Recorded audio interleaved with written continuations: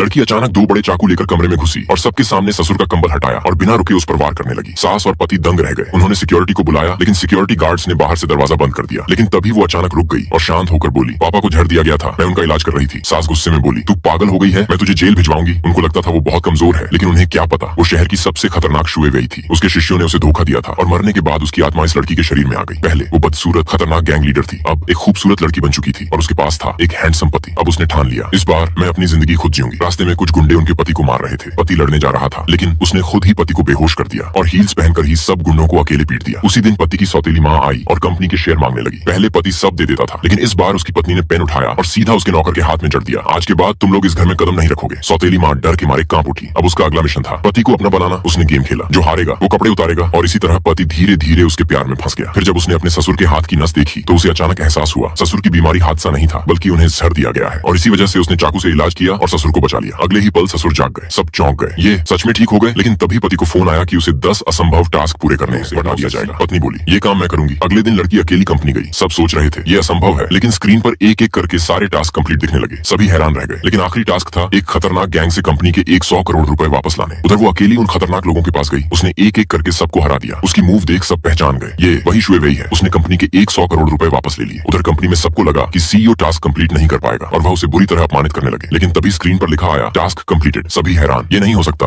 वो गैंग बहुत खतरनाक है। लेकिन तभी बाहर से आवाज आई, तुमने मेरे पति को अपमानित किया, तुम्हें इसकी भारी कीमत चुकानी पड़ेगी।